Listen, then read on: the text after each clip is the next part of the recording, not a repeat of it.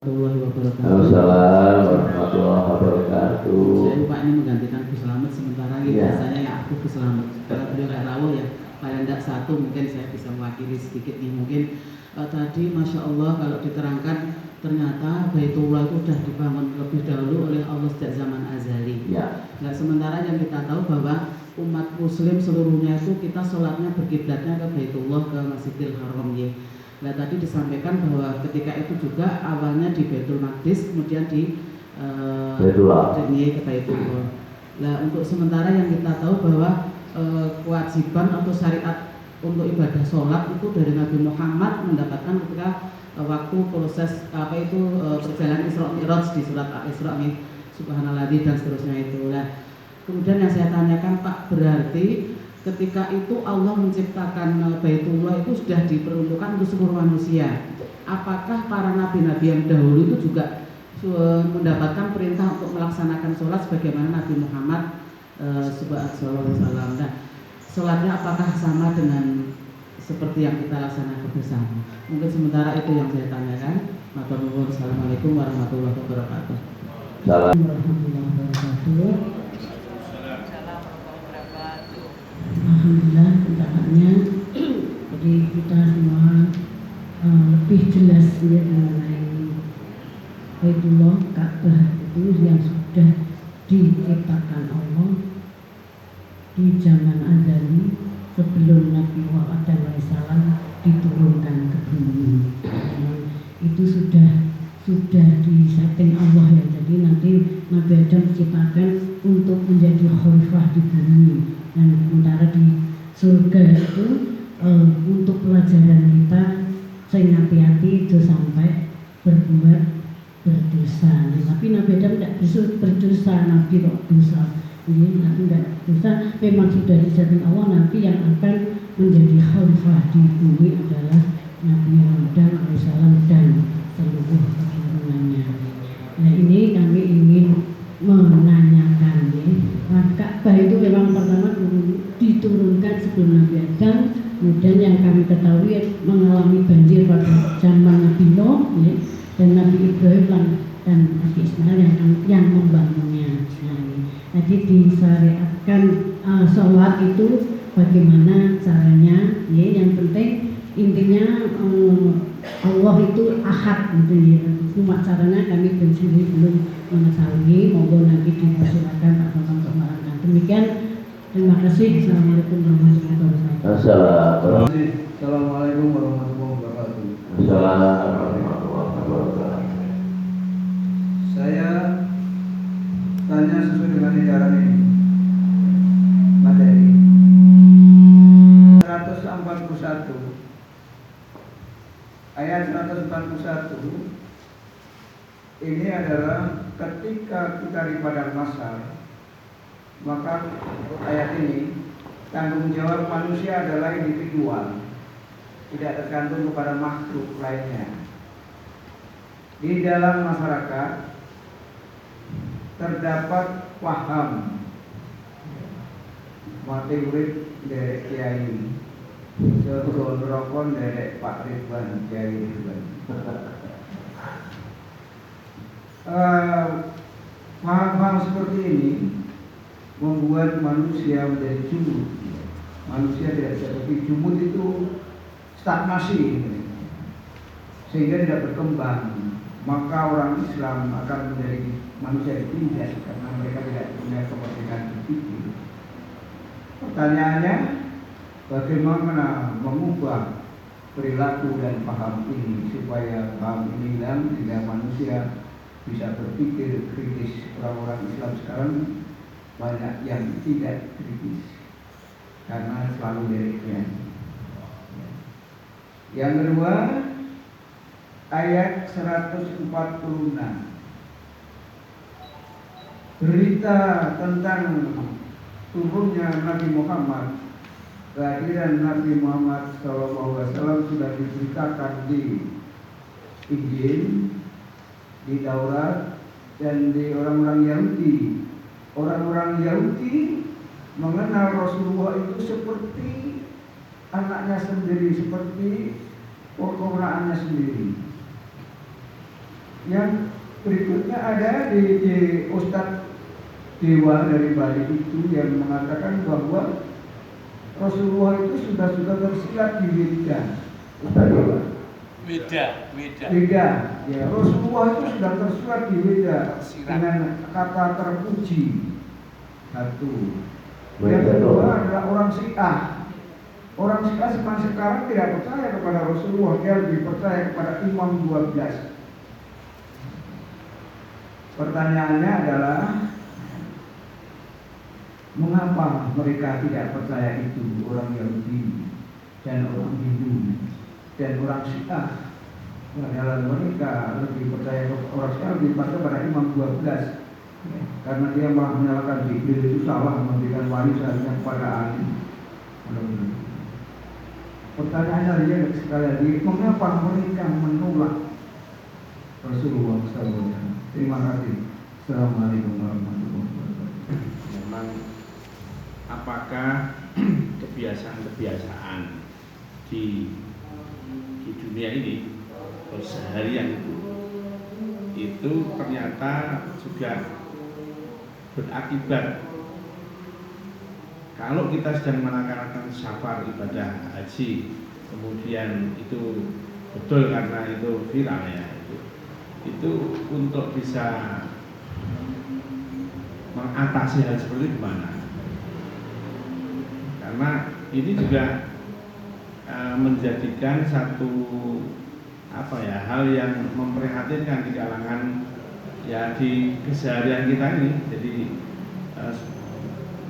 kadang-kadang kita ngaji, kemudian kita tidak fokus, kemudian kecuali kalau misalnya yang sifatnya alamiahnya kayak ngantuk dan lain sebagainya, itu kadang-kadang memang godaan-godaan. Tapi kalau kemudian seperti itu, ya bagaimana mengatasi supaya tidak terjadi hal begitu? Karena dia pasti sudah tahu juga bahwa itu tidak baik, tapi bagaimana supaya itu tidak terjadi hal-hal seperti itu? Betul. Terima kasih. Pak Beko dari Bogor Matanur, ya ada Pak Bagia, Pak Artoyo, ada pertanyaan? Kalau enggak saya rangkum semuanya ini. Itu ya? Baik. Terima kasih pertanyaan. Jadi setiap nabi itu wahyunya lain-lain. Ya Bu? Setiap nabi itu wahyunya lain-lain. Ada kemudian Idris, Nuh dan seterusnya itu wahyunya lain-lain. Ya. Tapi pola sholatnya itu tauhid. Nah, pola sebenarnya itu tauhid dengan cara yang lain, gerakannya mungkin lain masing-masing. Dan itu tidak ada dalam satu sejarah tarikh Islam yang dapat dikisahkan. Yang jelas dikisahkan hanya sejarah Nabi Muhammad SAW. Di antaranya jumhur ulama sepakat bahwa sebelum Mi'raj, ya, itu sholat tahajud itu wajib. Sholat tahajud itu wajib sebelum Mi'raj, ya. Tapi setelah Mi'raj dengan turunnya 5 waktu sholat fardu ain, maka sholat tahajud dari sunnah muakkad, ya, sunnah muakkad. Jadi eman-eman kalau nggak dilakukan, gitu ya. Itu sholat tahajud, ya, itu segala bacaannya, gerakannya sudah disesuaikan dengan sholat kita sekarang ini. Jadi dulu Nabi Muhammad itu kita sebelum itu sholat tahajud, karena itu sudah fardu ain. Gerakannya seperti yang kita lakukan selama ini, dilatih, diajarkan bahasaannya, sujudnya, dan semuanya oleh Jibril alaihissalam. Itu pernah saya kupas habis di sini ya. Zaman itu buku fikih tematik 3 SKS ya, ada di Pak Yai, sudah ada tak kasihan Pak, itu ada semuanya itu ya, ada itu ya. Sebelum Ibu gabung itu sudah ada buku karangan saya fikih tematik 3 SKS ya. Jadi sekali lagi tahajud itu wajib fardu ain sebelum Mi'raj. Setelah Mi'raj menjadi sholat muakkad. Gerakan-gerakannya semua dilakukan seperti sholat kita sekarang ini. Sebelumnya Allah yang sholat, tapi semua sholat tahajud, sholatnya tauhidnya. Alasannya apa? Masjid Baitul Ma'mur di Sidratul Muntaha itu sudah ada sebelum dunia ini ada, sebelum Mekah ada. Dan itu sholatnya sholat seperti kita ini masih sudah ada, ya.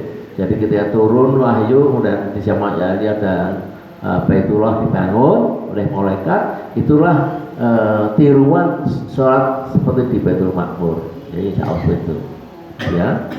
Bahasaannya gimana?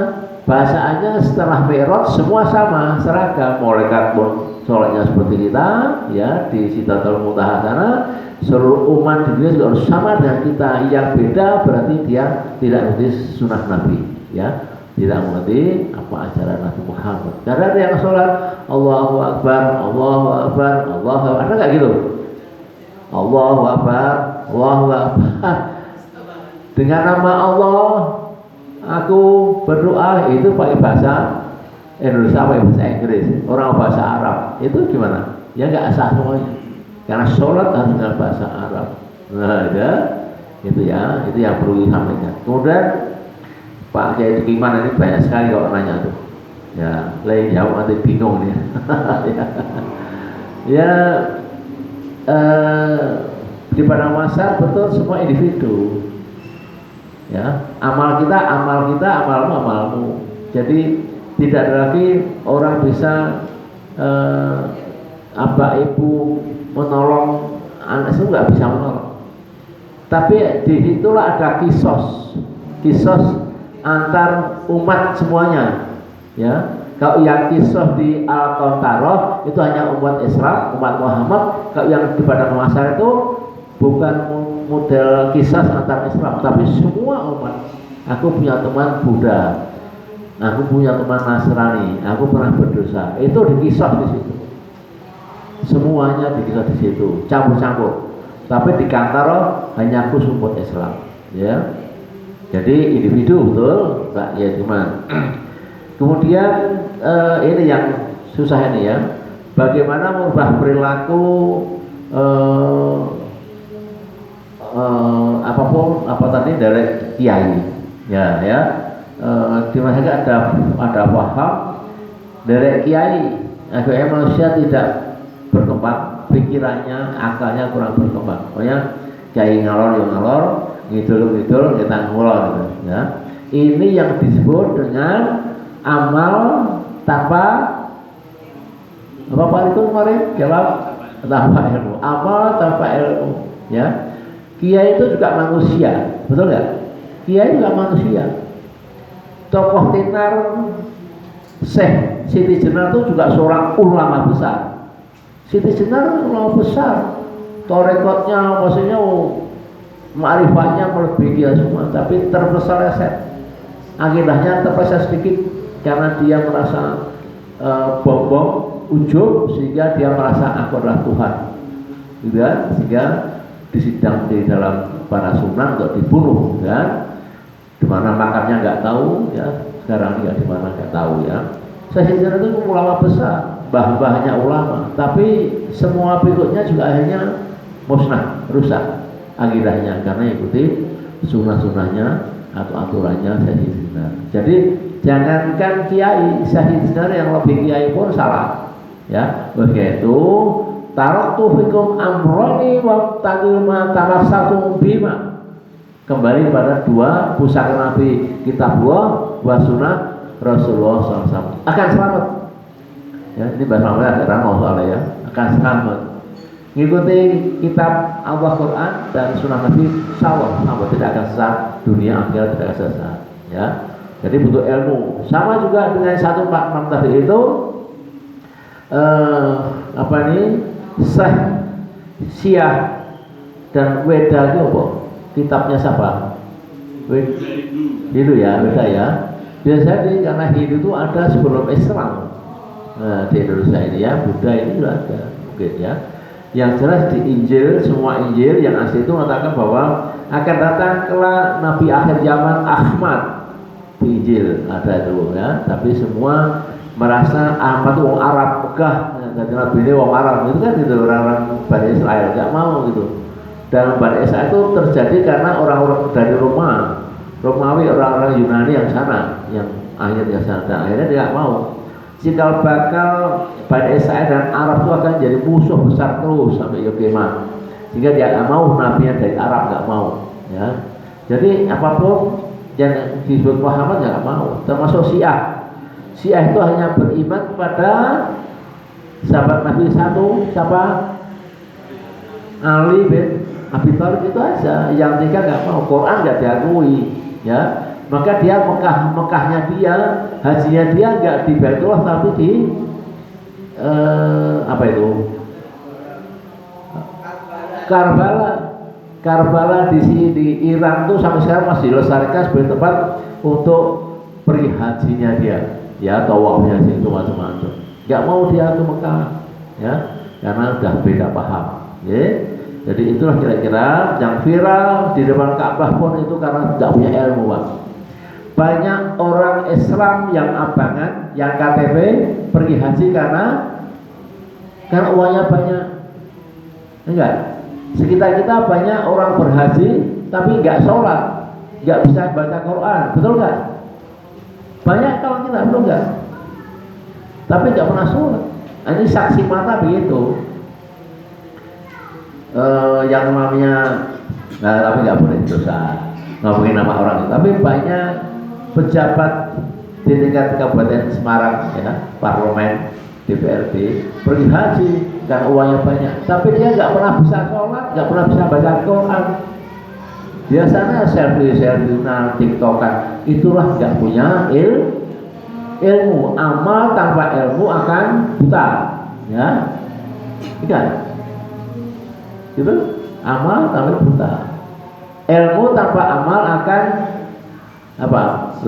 Lumpuh, ya. Itu sudah ada kata-kata bicaranya gitu. Religion without sciences is lame. Ya, itu kan? Betul ya, Pak Hartoyo? Ya. Sciences without religion is blind, buta. Itu ada parapannya seperti itu. Oleh itu, mari sama-sama kita pagi ini kumpulkan butuh ilmu agar kita tidak sesat.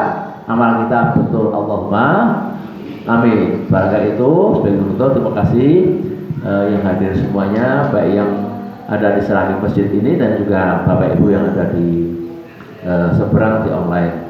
Silakan ketemu lagi nanti di hari Sabtu pengajian umum tentang Idul Adha. Siapa pembicaranya, mungkin pengurus yang akan menyampaikan. Ya, baik.